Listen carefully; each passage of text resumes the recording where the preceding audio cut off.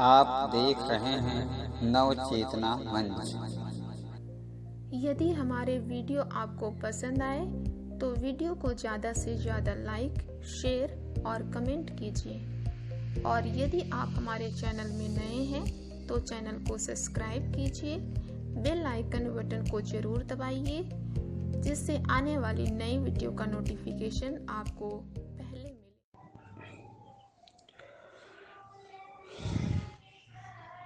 आज मिलाद उल नबी है और इस तिथि को इस्लाम धर्म के पैगंबर हजरत मोहम्मद साहब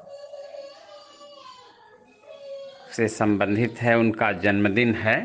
तो आज हम सब जो है इस महापुरुष जो हजरत मोहम्मद साहब हैं उनकी जीवनी पढ़ लें और विश्व शांति स्थापित करने में, अरब देशों के उत्थान में तथा विश्व में भाईचारे के प्रचार प्रसार में हजरत मोहम्मद साहब का बहुत बड़ा योगदान रहा है। तो आज हम उनकी जीवनी निश्चित रूप से हम सबको समझनी चाहिए कि ऐसे महान करने वाले के विषय में कुछ न कुछ हम सबको जानकारी रखनी चाहिए। तो प्रस्तुत है हजरत मोहम्मद साहब का जीवन परिचय। इस्लाम धर्म के संस्थापक हजरत मोहम्मद साहब का जन्म 570 ईस्वी में एक साधारण परिवार में अरब के मक्का नगर में हुआ था। इनके पिता का नाम अब्दुल्ला था। मोहम्मद साहब के पिता की मृत्यु उनके जन्म से पूर्व ही हो चुकी थी और जब मोहम्मद साहब की आयु मात्र 6 वर्ष थी, इनकी माता का भी निधन हो गया। अतः मोहम्मद साहब का पालन पोषण उनके दादा अब्दुल मुतालिब और चाचा अबू तालिब की देखरेख में हुआ।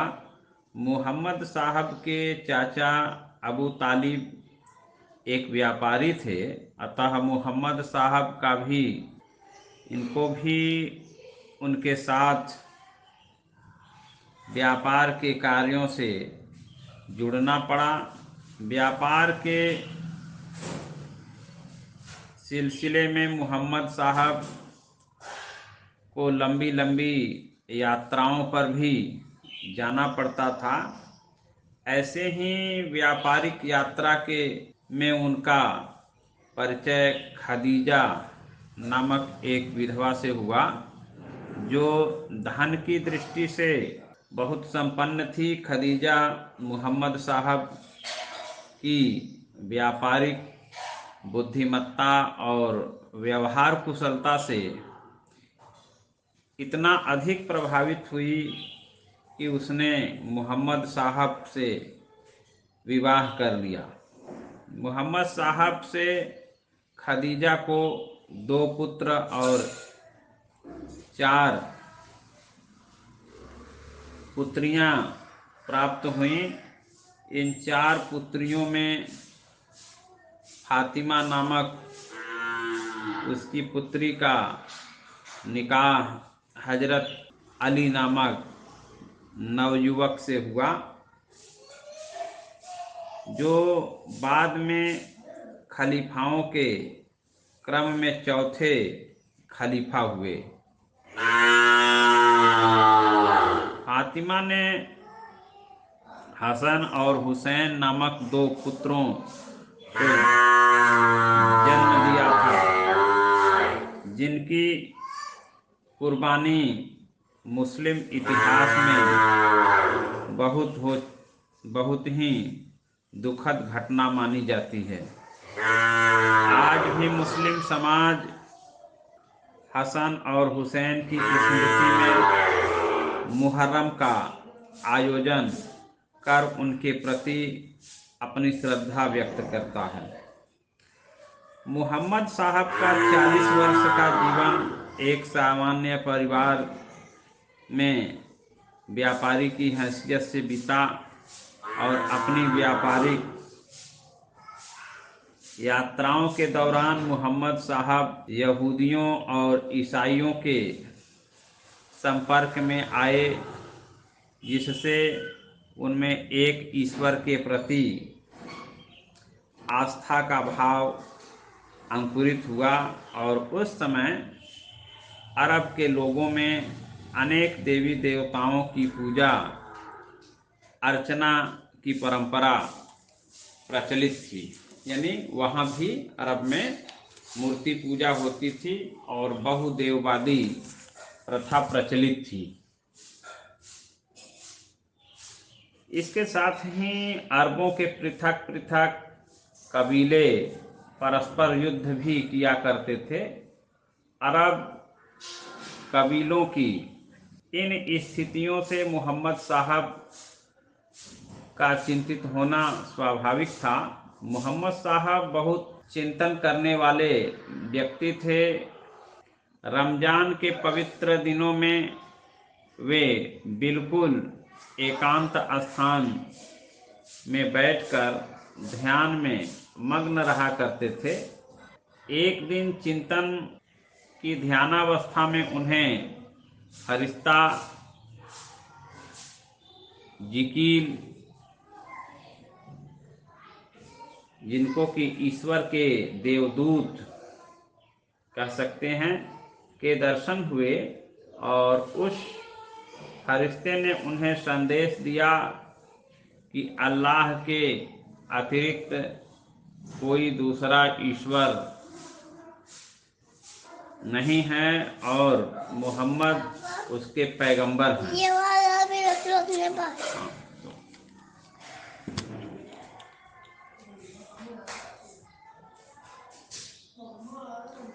तभी से मोहम्मद साहब अपने को ईश्वर का पैगंबर मानने लगे और उनको प्राप्त संदेश को मुसलमानों द्वारा इल्हाम कहा गया। मोहम्मद साहब अपना संदेश प्रत्येक मुसलमान तक पहुंचाना चाहते थे। अतः उन्होंने सर्वप्रथम अपनी पत्नी खदीजा को अपना शिष्य बनाया और उन्हें यह दायित्व सौंपा कि उनका संदेश प्रत्येक मुस्लिम तक पहुँचे। खदीजा के बाद उनके शिष्यों की संख्या में बहुत तेजी से वृद्धि हुई, लेकिन उनके ऐसे विरोधियों की भी संख्या बहुत तेजी से बढ़ी जो उनके विचारों के कट्टर विरोधी थे। परिणाम स्वरूप मोहम्मद साहब को मक्का छोड़ देना पड़ा। उन्होंने 622 ईस्वी में मदीना में शरण ली और इसी वर्ष से मुसलमानों के हिजरी संवत की शुरुआत हुई। मदीना में मोहम्मद साहब के विचारों को बहुत सम्मान प्राप्त हुआ। अतः मदीना वासियों ने उन्हें अल्लाह के पैगंबर के रूप में मान्यता दी। बहुत थोड़े समय में संपूर्ण अरब उनके विचारों का अनुयायी हो गया। बच्चों, ये जो है मोहम्मद साहब की शार्ट में हमने आपको जीवनी बताई। और मोहम्मद साहब ने इस्लाम धर्म की स्थापना की, जिसके मूल सिद्धांत अगर हम विचार करें, इनके मूल सिद्धांतों में एक ईश्वर में विश्वास करना और मूर्ति पूजा का खंडन करना, फरिश्ते में आस्था रखना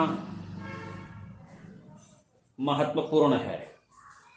अगर हम जो इस्लाम के अनुयायी हैं, जिनको हम मुसलमान कहते हैं, उनके कर्तव्यों की बात करें तो मोहम्मद साहब के कथनानुसार कलमा पढ़ना, नमाज पढ़ना, ज़कात देना जो है, रमज़ान के पवित्र महीने में रमज़ान का व्रत रखना, उनके नियमों का पालन करना और जीवन में कम से कम एक बार हज करना, ये जो है ज़रूरी मोहम्मद साहब ने बताया था मुसलमानों के लिए। तो इसकी अगर हम एक एक करके देखें कि प्रत्येक मुसलमान को प्रतिदिन जो है एक बार कलमा अवश्य पढ़नी चाहिए। कलमा मोहम्मद साहब के संदेश का प्रतीक है। और नमाज मुसलमानों को प्रार्थना, इनकी प्रार्थना है, ये दिन भर में अपने धर्म के पालन के हिसाब से 5 बार जो है नमाज इनको पढ़ने का निर्देश है। मुस्लिम धर्म के निर्देशानुसार प्रत्येक मुसलमान को प्रतिदिन प्रातः, मध्याह्न, दोपहर के पश्चात, संध्या को और रात्रि में विश्राम से पूर्व 5 बार नमाज अदा करनी चाहिए। और प्रत्येक सप्ताह में शुक्रवार जुम्मा की नमाज का विशेष महत्व है। इसके बाद बच्चों, ज़कात का मतलब है कि ज़कात एक प्रकार का दान कर होता है और ज़कात में प्राप्त धन का गरीबों की सहायता के लिए दिया जाता है। सामान्यतया आय का कहीं 10%, कहीं 2% इस तरह का वर्णन मिलता है। और इसके बाद है बच्चों रमज़ान। मुस्लिम धर्म में प्रावधान किया गया है कि रमज़ान के महीने में प्रत्येक मुसलमान को रोज़ा रखनी चाहिए और रोज़ा का पालन करना चाहिए। हज, मुस्लिम धर्म यह निर्देश देता है कि प्रत्येक मुसलमान को अपने संपूर्ण जीवन में एक बार पवित्र स्थान मक्का की यात्रा पर अवश्य जाना चाहिए। मक्का की यात्रा को ही हज कहा जाता है। तो आज हम सब ने जो है इस्लाम धर्म के प्रवर्तक मोहम्मद साहब के जन्मदिन पर मिलादुल नबी जो से कहते हैं, ये उनकी जीवनी हम लोगों ने समझी और सुना। आप सब जो है इस पर विचार कीजिए। ऐसे महापुरुष के जो भी विचार आपको अनुकरणीय लगते हैं उन पर हम अमल करनी चाहिए। सबसे बड़ी देन जो है समानता, जो आज आमतौर पर समाज में ऊंच नीच की भावना है, यह हमारे समाज को पीछे ले जाने का काम करता है। इस पर बहुत जो है उन्होंने बल दिया, समानता स्थापित की। अगर इनके उपदेशों की बात करें तो सच्चे धर्म का तात्पर्य नहीं है कि तुम पूरब या पश्चिम की ओर मुँह करके नमाज पढ़ते हो, वरन सच्चे धर्म का आशय यह है कि तुम अल्लाह यानी क़यामत, फरिश्तों, कुरान और पैगंबर में कितनी निष्ठा से विश्वास करते हो। सच्चा मुसलमान वह है जो निर्धनों और असहायों की सहायता करता है। आगे कहा, मोहम्मद साहब के अनुसार सच्चा मुसलमान वह है जो अपने वचनों को पूरा करता है और संकट के समय में धैर्य को नहीं छोड़ता है। तो बच्चों, मोहम्मद साहब की मृत्यु के बाद जो है खलीफाओं की सत्ता स्थापित हुई और इतिहास में खलीफाओं का अपना शासन रहा है। खैर, उसकी बात हम नहीं करेंगे। आज सिर्फ मोहम्मद साहब और इस्लाम की बात करेंगे, जिन्होंने समानता स्थापित करने का प्रयास किया और भाईचारे को बढ़ावा दिया। और इस्लाम का मतलब ही होता है शांति में प्रवेश करना। अब दुर्भाग्य की बात है कि लोग जो है इसके विरुद्ध आतंकवादी घटनाओं में जुड़ जा रहे हैं, तो वो अलग विषय है। लेकिन कोई भी धर्म जो है समाज निर्माण के विरुद्ध बातों को स्वीकार नहीं करता है, हिंसक चीज़ों को भी नहीं बर्दाश्त करता है। ये धर्म की शिक्षा नहीं है। कुरान में भी कहा गया है चींटी तक को न मारो, उसमें भी जीव होता है। तो इस तरह से जो है इस्लाम धर्म के प्रवर्तक की आज हम सब जो है जीवन परिचय सुने और विचार किया। तो इन्हीं शब्दों के साथ आप सभी को मिलादुल नबी की एक बार बधाई। Thank you.